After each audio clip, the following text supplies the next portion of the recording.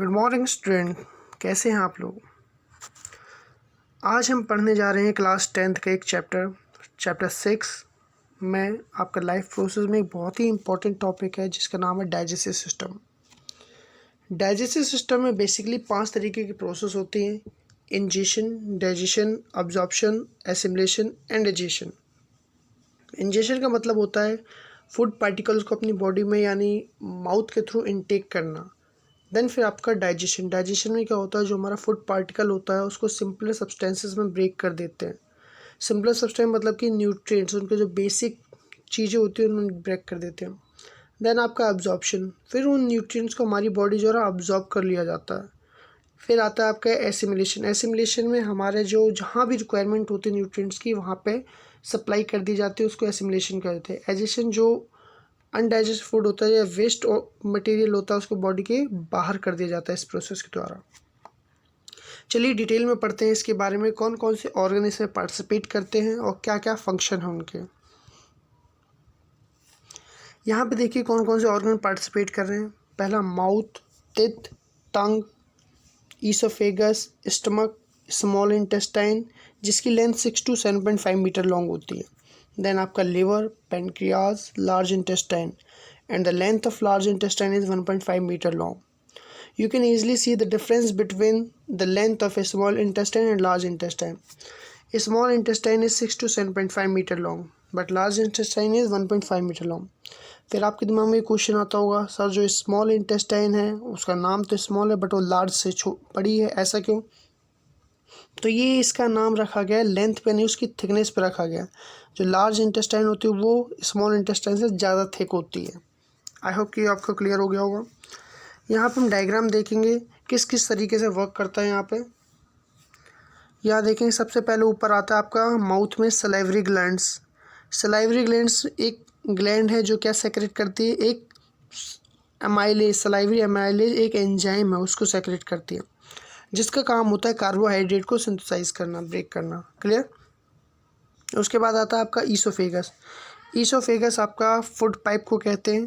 Food pipe की भी बहुत ही एक इम्पॉर्टेंट रोल होता है कि हमारे फूड को माउथ से, हमारे फूड पार्टिकल को माउथ से कनेक्ट करता है, किससे? स्टमक से। देन आपका स्टमक में भी कई तरीके के एंजाइम्स और गैस्ट्रिक जूसेस होते हैं जिनके बारे में हम डिटेल में आगे पढ़ेंगे। यहाँ पे आप सिर्फ डायग्राम पे ध्यान दीजिए। ये देखिए पेनक्रियाज किस तरीके का होता है और इसकी लोकेशन कहाँ होती है। पेनक्रियाज की लोकेशन होती है स्टमक के नीचे, और ये आपका इस तरह रेड पार्ट में आपका लिवर है जो लार्जेस्ट ग्लैंड भी कहलाता है। इसके नीचे ग्रीन कलर में आप देखेंगे गॉल ब्लैडर। गॉल ब्लैडर का काम क्या होता है, जो भी एंजाइम्स या जूसेस सेक्रेट करता है आपका लिवर, ये उसको गॉल ब्लैडर स्टोर करके रखता है। देन आपका ये देखिए अंदर जो थोड़ी पिंकिश कलर में हो वो आपकी स्मॉल इंटेस्टाइन है, और ये आपकी जो बाहर की तरफ है वो लार्ज इंटेस्टाइन है। ठीक है। नेक्स्ट आप देखेंगे यहाँ पे राइट हैंड साइड में इस तरफ एक अपेंडिक्स है। अपेंडिक्स कनेक्टेड है, ये वेस्टिजियल ऑर्गन है जिसका कोई अब यूज़ नहीं है।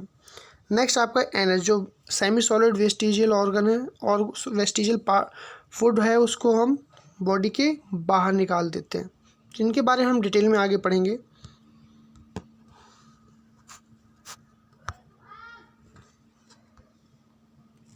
सबसे पहले स्टार्ट करते हैं माउथ से। माउथ में हमारा डाइजेशन माउथ से स्टार्ट हो जाता है।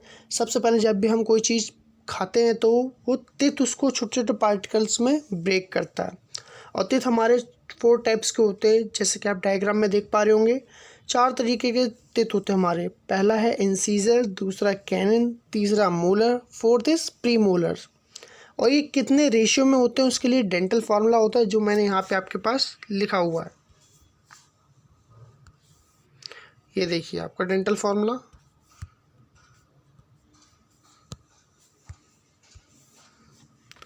ये है आपका डेंटल फार्मूला जिसमें आई रिप्रेजेंट कर रहा है इंसीजर को। इंसीजर हमारे 2 लेफ्ट में होते हैं, 2 राइट में होते हैं। देन आपका कैनिन, एक कैनिन होता है, ठीक है, लेफ्ट में एक राइट में। फिर प्रीमोलर्स 2/2 के रेशियो में होते हैं। फिर मोलर्स 2/2 के 3/3 के रेशियो में। तो टोटल आपके हो गए यहाँ पे 16। आपके लोअर जो हो गए 16 हो गए, और 16 सेम रेशियो में अपर जो के हो गए, यानी टोटल आपके हो गए 32। क्लियर। फिर आपका टंग आती है। टंग का क्या काम होता है, ये क्या करती है, फूड को अच्छी तरीके से मिक्स करती है, किससे, सलाइवा में। सलाइवा में मिक्स करने में, सलाइवा में क्या होता है, हमारे एक एंजाइम होता है जिसको बोलते हैं सलाइवरी अमाइलेज। ये हमारा सलाइवा में एक एंजाइम होता है जो क्या काम करता है, ये कार्बोहाइड्रेट को ब्रेक करता है। बेसिकली जब भी हम कोई फूड खाते हैं तो उसमें बहुत सारी चीज़ें हमें न्यूट्रिएंट्स मिलते हैं, जैसे कि आपका प्रोटीन हो गया, कार्बोहाइड्रेट हो गया, फैट हो गया, डिफरेंट टाइप ऑफ वाइटामिन्स हो गया, फाइबर्स हो गया, ये सारी चीज़ें हमें उससे मिलती हैं। लेकिन जो बेसिकली एनर्जी प्रोवाइड कराते हैं वो 3 चीज़ें हमें एनर्जी प्रोवाइड कराते हैं। फर्स्ट इज़ कार्बोहाइड्रेट, देन आपका प्रोटीन, देन फैट। और इसमें सबसे ज़्यादा जो एनर्जी प्रोवाइड कराता है वो फैट कराता है, ऑलमोस्ट अप्रॉक्स 9 कैलोरी के आसपास।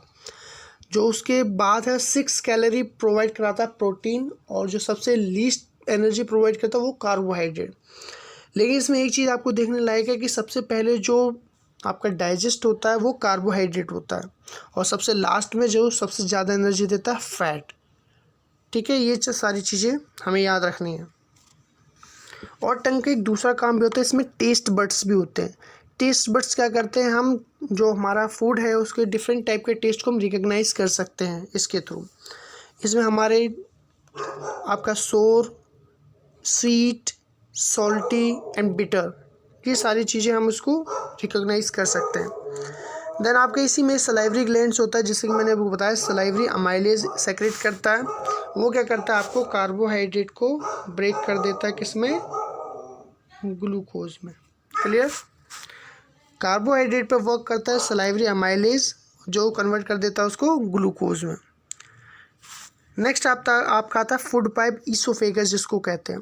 अब ये क्या करता है, जो हमारा, अब तो देखो एक चीज़ तो डाइजेस्ट हो गई कार्बोहाइड्रेट, लेकिन आपका क्या बचा है, फैट बचा है और प्रोटीन बचा है। इनको हमें पहले डाइजेस्ट करना है। अब ये दोनों चीज़ें कहाँ हमारे माउथ में डाइजेस्ट नहीं होती, ये हमारे आगे किस किस तरीके से डाइजेस्ट होंगे उसके बारे में देखेंगे। ईसोफेगस क्या करता है, माउथ से जो अनडाइजेस्टेड है उसको कहाँ पहुँचाता है, स्टमक में। ईसोफेगस फूड पाइप को कहते हैं। इसका काम क्या होता है, इसका काम होता है ये आपका पेरिस्टेल्सिस एक मूवमेंट होती है जिसमें जो फूड पाइप होता है मस्कुलर है, वो क्या करता है, कॉन्ट्रैक्ट करता है और रिलैक्स करता है, कॉन्ट्रैक्ट करता है, रिलैक्स करता है। तो जिसकी वजह से क्या होता है, जो आपका फूड पार्टिकल होता है उसको पुश करता है स्टमक की तरफ, वो अपने आप तो जाएगा नहीं। और ये जो सलाइवा होता है वो उसको क्या करता है, स्लिपरी बनाता है, जिससे कि ये वहाँ पे हमारे फूड पाइप पे स्टक ना हो। ठीक है, फिर ये हमारा खाना जो होता है वो स्टमक में पहुँच जाता है।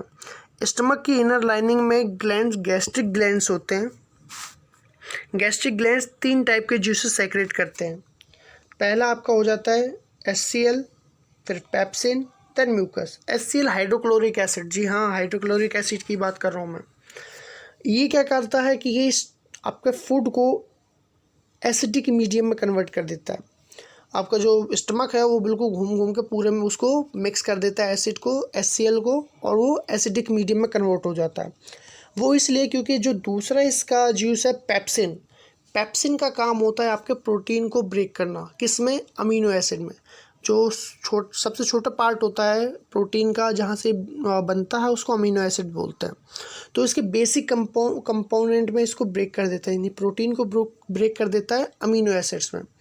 और लेकिन इसकी कंडीशन है कि ये तभी वर्क करेगा जब आपका फूड जो होगा एसिडिक मीडियम में होगा। तो इसी के लिए HCl हाइड्रोक्लोरिक एसिड फूड को एसिडिक बनाता है। फिर आपके दिमाग में ये चीज़ आती है कि HCl बहुत ज़्यादा स्ट्रॉन्ग होता है, इससे तो अंदर जल जाना चाहिए, बर्न हो जाना चाहिए। बट उसके लिए एक म्यूकस है, म्यूकस क्या करता है, इनर जो लाइनिंग होती है स्टमक की उस पर कवर्ड होता है, जिसकी वजह से जो हाइड्रोक्लोरिक एसिड है हमारी स्किन से कनेक्ट नहीं हो पाता और हमें बर्न या हार्मफुल इफ़ेक्ट कोई भी नहीं होता। देन आपका यहाँ पे तो आपका डाइजेस्ट हो गया प्रोटीन अभी यहाँ पे पूरी तरह डाइजेस्ट नहीं हुआ है। अब ये पूरी तरह कहाँ डाइजेस्ट होगा, आपका स्मॉल इंटेस्टाइन में। ठीक है, यहाँ पे आपका प्रोटीन जो है पूरी तरह डाइजेस्ट नहीं हुआ है, थोड़ा बहुत हुआ है, उसके बाद अब डाइजेस्ट होगा आपका स्मॉल इंटेस्टाइन में। यहाँ से फूड पार्टिकल कहाँ पहुँचेंगे, स्मॉल इंटेस्टाइन में, जिसको छोटी आंत बोलते हैं। अब यहाँ पे लिवर और पेनक्रियाज का बहुत ही ज़्यादा इंपॉर्टेंट रोल है। यहाँ पे खाना तो नहीं जाता, बट ये कुछ एंजाइम्स या कुछ जूसेस सेक्रेट करता है जिसकी जो हेल्प करते हैं डाइजेशन में। अब लीवर क्या क्या सेक्रेट करता है ये आपको ध्यान रखने वाली चीज़ है यहाँ पे। लिवर दो टाइप के जूसेस सेक्रेट करता है, पहला बाइल जूस, दूसरा बाइल सॉल्ट। पहला बाइल जूस, दूसरा बाइल सॉल्ट। फिर आपका पैनक्रियाज होता है। पैनक्रियाज यहाँ पे ये भी दो टाइप के पैनक्रियाटिक जूसेस को सेक्रेट करता है। पहला आता है ट्रिप्सिन, दूसरा लाइपेज। ट्रिप्सिन और लाइपेज, यहाँ पे आप देखेंगे ट्रिप्सिन और पेप्सिन दोनों सेम है, और हाँ इनके फंक्शन भी सेम है। पेप्सिन भी आपके प्रोटीन को ब्रेक करता है और ये भी आपके प्रोटीन को ब्रेक करता है, ठीक है। आगे इनके यूजेस के बारे में पढ़ेंगे कि bile juice, bile salt, trypsin और लाइपेज, इन चारों के क्या क्या फंक्शन है।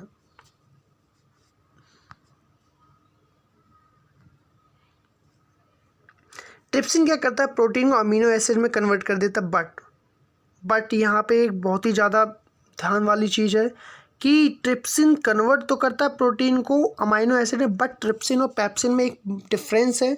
वो ये कि पेप्सिन जो है वो एसिडिक मीडियम में एक्ट करता है और ट्रिप्सिन उसकी अपोजिट बेसिक ये एल्कलाइन मीडियम में वर्क करता है, ठीक है। बस ये दोनों में डिफरेंस है।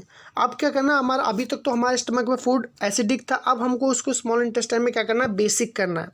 तो ये क्या करता है, फूड को बेसिक मीडियम में कन्वर्ट करता है। किसकी हेल्प से, बाइल जूस। बाइल जूस आपको याद होगा, बाइल जूस किसने सेक्रेट किया था, आपके लिवर ने। बाइल जूस लिवर ने सेक्रेट किया था। तो बाइल जूस का फंक्शन पता पड़ गया, फूड को बेसिक मीडियम में कन्वर्ट करना। देन आपका आता है lipase. Lipase convert lipid into glycerol and fatty acid. Lipase आपका कहाँ से निकल रहा है, अभी आपको बताया था लाइपेज कहाँ से निकल रहा था आपका, लाइपेज निकल रहा था आपका पैनक्रियाज से। पैनक्रियाज से निकल रहा था लाइपेज। लाइपेज क्या काम करता है, आपका फैट को कन्वर्ट करता है। लाइपेज कन्वर्ट करता है फैट यानी लिपिड्स, फैट यानी लिपिड्स। किस में कन्वर्ट करता है ये, फैटी एसिड और ग्लिसरॉल। फैटी एसिड और ग्लिसरॉल जो आपका लाइपेज है वो कन्वर्ट करता है लिपिड्स, फैट्स को ग्लिसरॉल और फैटी एसिड्स में, ध्यान रखेंगे। फिर बाइल सॉल्ट क्या करता है, बाइल सॉल्ट, बाइल जूस का काम तो पता पड़ गया। बाइल जूस का काम होता है मीडियम को बेसिक बनाना, फूड पार्टिकल को बेसिक बनाना। तो बाइल सॉल्ट का क्या काम होता है, ये भी किसने सेक्रेट किया था, लिवर ने। लिवर दो करता है सेक्रेट, एक बाइल जूस, एक बाइल सॉल्ट। तो बाइल जूस का हमने पढ़ लिया। अब बाइल सॉल्ट क्या करता है, ये क्या करता है, बिग फैट ग्लोब्यूल्स यानी बड़े बड़े जो फैट के मॉलिक्यूल्स होते हैं उनको छोटे छोटे में ब्रेक कर देता है, ताकि लाइपेज उन पर अच्छे से वर्क कर सके, अच्छे से उसको ब्रेक कर सके। जब बड़े जो बिग बाइल सॉल्ट के द्वारा बड़े फैट ग्लोब्यूल्स को छोटे में ब्रेक किया जाता है, इस प्रोसेस को हम बोलते हैं इमल्सिफिकेशन। इस प्रोसेस को क्या बोलते हैं, इमल्सिफिकेशन। क्लियर है, इस प्रोसेस को बोलते हैं हम इमल्सिफिकेशन। यहाँ पे अब आता है स्मॉल इंटेस्टाइन। स्मॉल इंटेस्टाइन में हमारा खाना पहुँच चुका है। अब इसको कंप्लीट साइट ऑफ डाइजेशन भी बोलते हैं। यहाँ पे पूरी तरीके से आपका जो फूड है वो डाइजेस्ट हो जाता है। Here nutrients obtained by the digestion process absorb. यहाँ पे क्या होता है, जो डाइजेशन प्रोसेस के द्वारा न्यूट्रिएंट्स निकाले गए हैं उनको ये अब्जॉर्ब कर लेता है, so that it can be transported in body where needed, ताकि ये बॉडी में वहाँ पहुँचाए जा सके न्यूट्रिएंट जहाँ पे उसकी ज़रूरत है। स्मॉल इंटेस्टाइन, अब यहाँ पे एक चीज़ ध्यान रखना, small intestine of herbivores is larger than the intestine of carnivores. यानी जो घास फूस खाने वाले जानवर हैं उनकी स्मॉल इंटेस्टाइन बड़ी होती है इन कंपैरिजन टू जो कार्निवोरस मांस खाने वाले होते हैं। ऐसा इसलिए होता है क्योंकि जो ग्रास होती है, जो घास होती है, उसमें सेलुलोज होता है और सेलुलोज को डाइजेस्ट करने में बहुत ज़्यादा टाइम लगता है, इसलिए उनका जो डाइजेस्टिव ट्रैक्ट है उसकी लंबाई ज़्यादा होती है। और यही बात करें कार्निवोरस की, तो जो फ्लैश खाते हैं, मांस खाते हैं, उनको डाइजेस्ट करना इजी होता है, इसलिए उनका जो डाइजेस्टिव ट्रैक होता है इतना लंबा नहीं होता। अब ये विली आपको यहाँ दिख रहा होगा डायग्राम में, ये आपका विली है। ये फिंगर लाइक आपको उंगलियों की तरह दिख रही होगी, ये स्मॉल इंटेस्टाइन के अंदर होती हैं। इनका मेन फंक्शन होता है सरफेस एरिया को इंक्रीज़ करना। सरफेस इसमें एक अटैच्ड होती हैं ब्लड वेसल्स, इस तरीके की कुछ इनकी शेप होती है, ठीक है। और इसमें फिंगर की तरह होती है, इसमें ब्लड वेसल्स इस तरीके से अटैच होती है चारों तरफ, ऐसे ऐसे। इस शेप का मतलब होता है सरफेस एरिया को इंक्रीज़ करना, ताकि ज़्यादा से ज़्यादा न्यूट्रिएंट्स को ब्लड वेसल द्वारा अब्जॉर्ब किया जा सके कम टाइम में। इसीलिए विली का काम क्या होता है, ये क्या करता है, सरफेस एरिया को इंक्रीज़ कर देता है, जिससे कि जो हमारे ब्लड वेसल्स होते हैं ज़्यादा से ज़्यादा न्यूट्रिएंट्स को अब्जॉर्ब कर सके कम टाइम में। ठीक है, ये आपको समझ आ गया होगा विली का फंक्शन क्या होता है। देन आपका आता है large intestine. The undigested food then send to large intestine. जो आपका अनडाइजेस्टेड फूड होता है, अब यहाँ पे आपका कंप्लीट डाइजेशन हो चुका है, फैट भी आपका डाइजेस्ट हो चुका है, प्रोटीन भी हो चुका है, कार्बोहाइड्रेट भी हो चुका है, यानी आपका डाइजेशन कंप्लीट हो गया। तो लार्ज इंटेस्टाइन में अनडाइजेस्टेड फूड भेज दिया जाता है। अनडाइजेस्टेड फूड क्या होता है उसके अंदर, बेसिकली सॉल्ट और वाटर को ऑब्जॉर्व किया जाता है लार्ज इंटेस्टाइन में। सॉल्ट और वाटर को ऑब्जॉर्व करने के लिए यहाँ भी विली प्रेजेंट होती हैं, बट यहाँ पे न्यूट्रिएंट्स ऑब्जॉर्व नहीं किए जाते, सिर्फ सॉल्ट और वाटर को ऑब्जॉर्व किया जाता है, ताकि एक्स्ट्रा वाटर और सॉल्ट हमारी बॉडी से बाहर ना जा सके। फिर जो हमारा सेमी सॉलिड वेस्ट होता है उसको बॉडी के बाहर निकाल दिया जाता है एनएस के द्वारा। इस प्रोसेस को बोलते हैं एजेशन। अब यहाँ पे अपेंडिक्स के बारे में डिटेल में बात कर लेते हैं। जो हमने अपेंडिक्स देखा था,